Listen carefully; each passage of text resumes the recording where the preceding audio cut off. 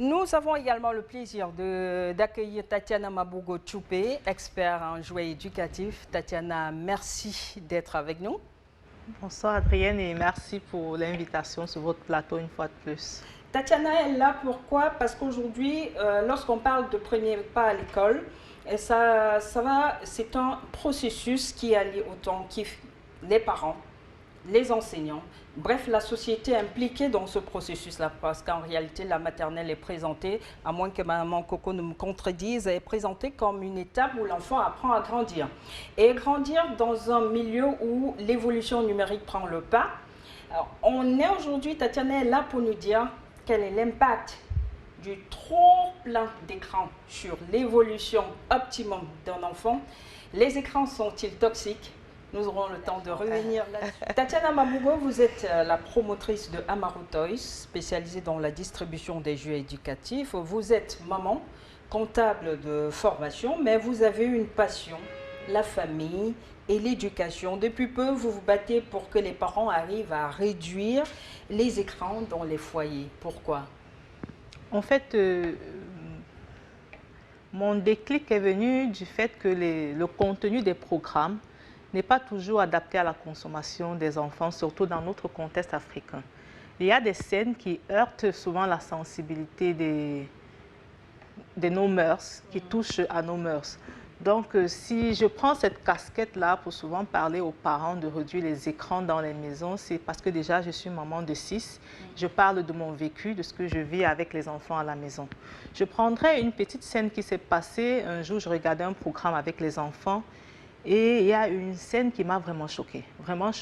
Et je me suis rendu compte que les enfants à côté étaient scotchés. C'est-à-dire, ils étaient tellement concentrés qu'ils n'ont pas vu que j'étais en train de les regarder. Quand j'ai interpellé une d'elles, j'ai demandé, est-ce que c'est bien ce qui vient de se passer?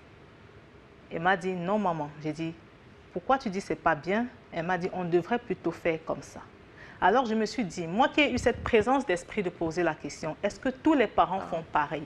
Est-ce que tous les parents sont d'ailleurs présents devant le petit écran? Est-ce qu'on éteint tout simplement la télévision comme nos parents faisaient? Est-ce qu'on chasse tout simplement les enfants? Cela va attirer la curiosité.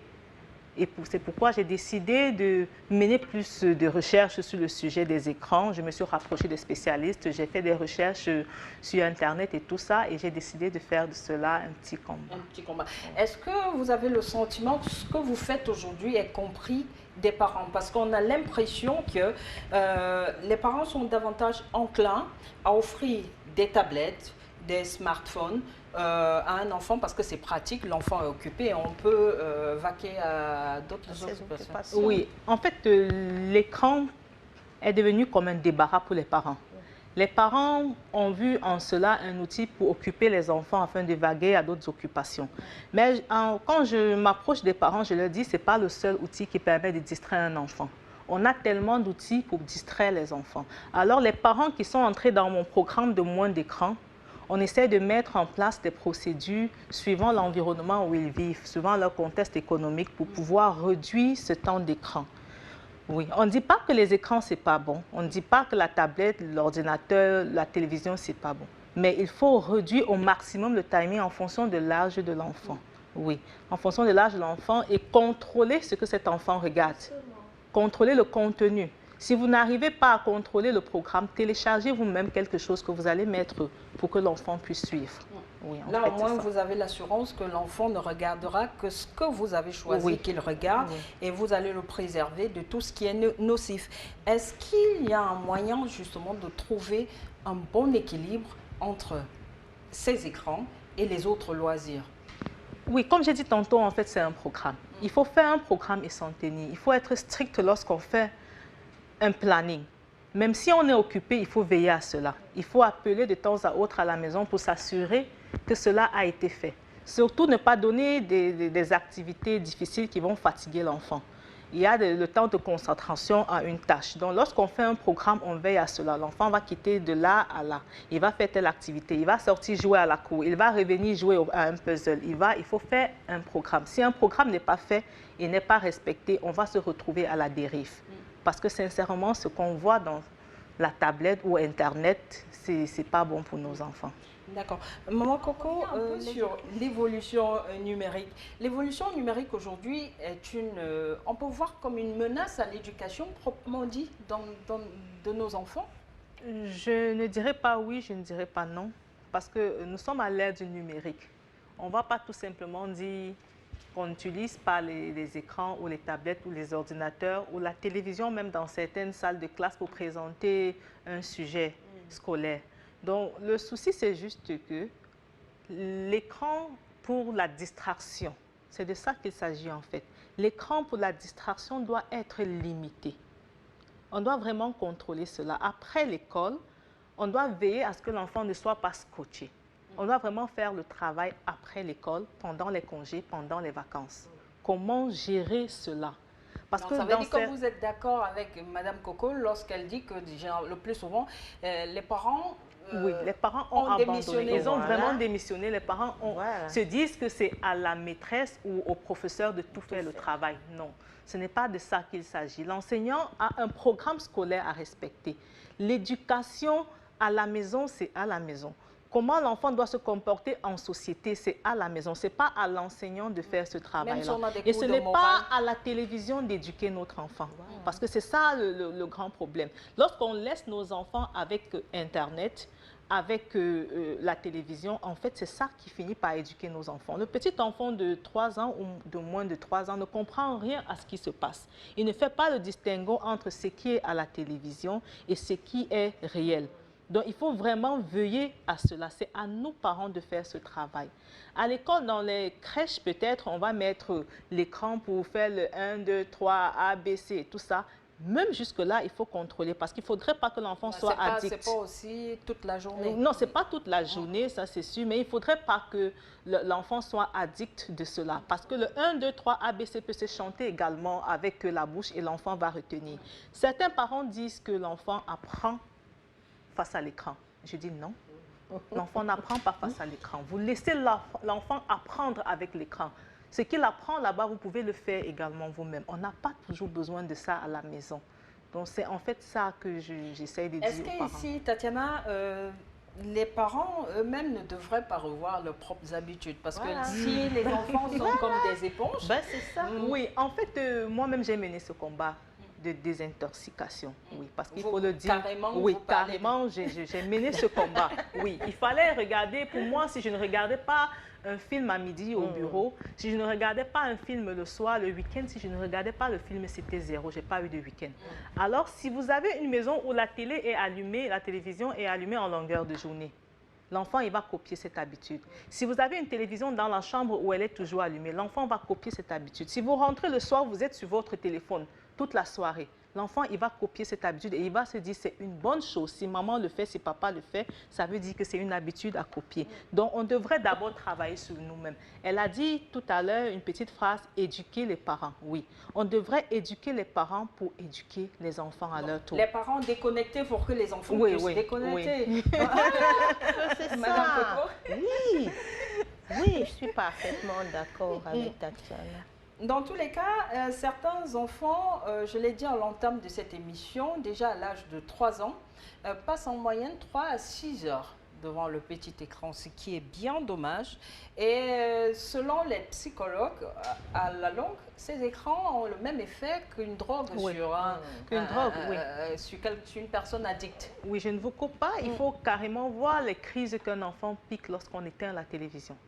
Les spécialistes comparent cela à une crise autistique, c'est-à-dire comme un enfant autiste. Il pique une crise, réellement une crise, il se roule au sol, il va même dans la chambre, il claque la porte. C'est vraiment dommage de laisser arriver à une telle extrême. Il faut vraiment contrôler. À moins de 3 ans, pas de télévision. C'est vrai, ce n'est pas évident avec, il y a déjà 5 ans, il y a 6 ans, comment faire avec la plus petite. Ce n'est pas évident. Peut-être mettre un programme où l'heure de télévision coïncide à une heure où celle-là dort. Ou alors lui mener une autre activité. Oui, c'est ce que j'essaye de faire. Lorsque les autres sont peut-être sur la tablette pour 10 minutes, parce que c'est vraiment chronométré chez moi, lorsqu'ils sont sur la tablette, je demande qu'on lui donne un autre jouet et une grande personne va aller jouer avec elle ou moi-même je vais jouer avec elle. Du coup, elle ne s'intéresse pas à la tablette ou à la télévision à côté. Lorsqu'on est dans une salle et qu'il y a un enfant, on ne veut pas que l'enfant regarde la télévision, il faut l'éteindre. Parce que le simple fait d'être dans la salle influence l'enfant. Donc il faut, si tu veux regarder ton film, attends que les enfants dorment. Tu vas dans ta chambre, tu regardes ton film.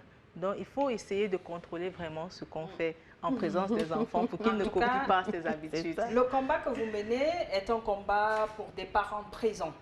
Oui. Dans le processus de développement des enfants, des parents qui doivent, on est dans une société où les parents doivent encore apprendre à jouer.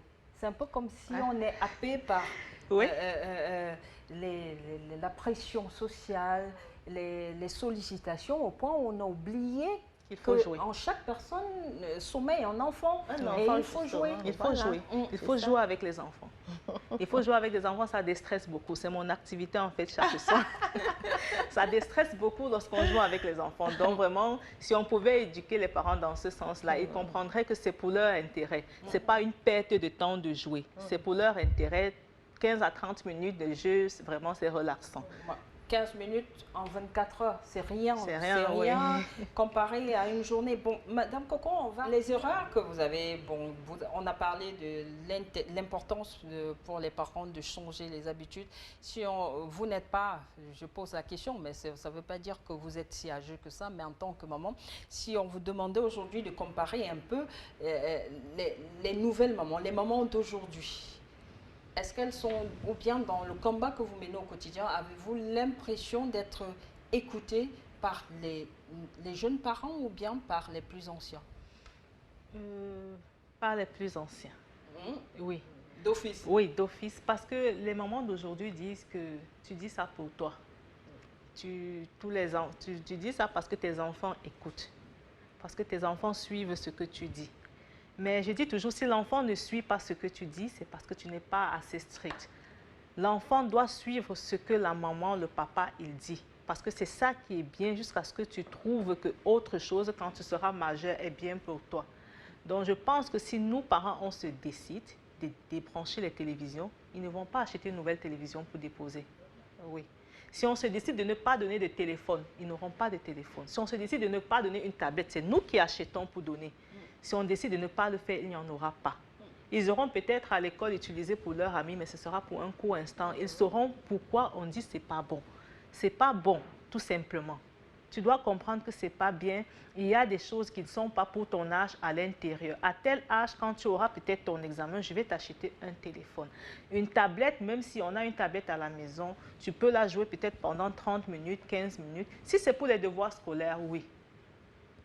Comme j'ai dit tantôt, on est à l'ère du numérique. Il faut tout simplement contrôler. Pour ces parents, par exemple, qui ne sont pas présents dans la maison, il faut vraiment être l'ami de la nounou. Parce que si vous n'êtes pas l'ami de la nounou, c'est qui s'occupe des enfants. Les enfants vont aller à la dérive. Parce qu'on connaît les chaînes que toutes les nounous regardent à la maison. Elles regardent les e-world, les novelas et tout ça. Rien d'éducatif pour les enfants à l'intérieur. Pourtant, après l'école, on ne doit pas lâcher prise. Tout ce qu'on fait, même si c'est pour jouer, doit être dans le sens éducatif. Et c'est pourquoi je parle beaucoup des jouets éducatifs. Tout ce qu'on Maman fait, Coco l'a dit, l'enfant apprend mieux en jouant, en oui. s'amusant. Oui, l'enfant apprend mieux en s'amusant. Et quand on dit enfant, ce n'est pas simplement les tout petits. Même les plus grands, ils apprennent en s'amusant. On a par exemple instauré l'heure de lecture. À l'heure de lecture, le soir, tout le monde prend un livre. Même s'il ne connaît pas ce qui est à l'intérieur, le simple fait de t'interpréter l'image, voilà. Il est tombé, il est descendu. Oui, pendant 5 minutes, tout le monde a un livre, jusqu'aux parents. Après, on fait un petit résumé, chacun va dire, et 15 minutes, on est passé dessus. Et c'est une habitude à prendre. L'écran n'est pas primordial, ce n'est pas incontournable. Sauf pour les devoirs scolaires et pour l'enfant qui a la passion de l'informatique, la passion du numérique et tout ça. Tatiana Mabougo, on l'a compris, nous évoluons avec notre temps. Le numérique, on l'intègre, on va pas se départir des écrans, mais il faudrait contrôler pour que cela ne devienne pas nocif. Oui. Dans le processus d'éducation de nos enfants. Oui. C'est dit, mesdames. Que dire après tout ça? Simplement merci. C'est nous qui vous remercions. Merci à Dash de nous donner l'occasion de partager ce sujet très important pour nous parents. Dans tous les cas, c'était Tatiana Mabougo Tchoupé, notre spécialiste en jouets éducatifs, elle mène ce combat pour la famille, une famille épanouie et un combat pour l'éducation. On avait également le plaisir de recevoir Madame Coco, enseignante de maternelle à Duval, une enseignante passionnée qui parle de la nécessité pour les parents à préparer les tout petits, à préparer les enfants pour les premières années d'école, non pas seulement préparer, mais d'y être à fond, d'accompagner les maîtresses dans un processus, c'est un partenariat parents-enseignants, c'est dit.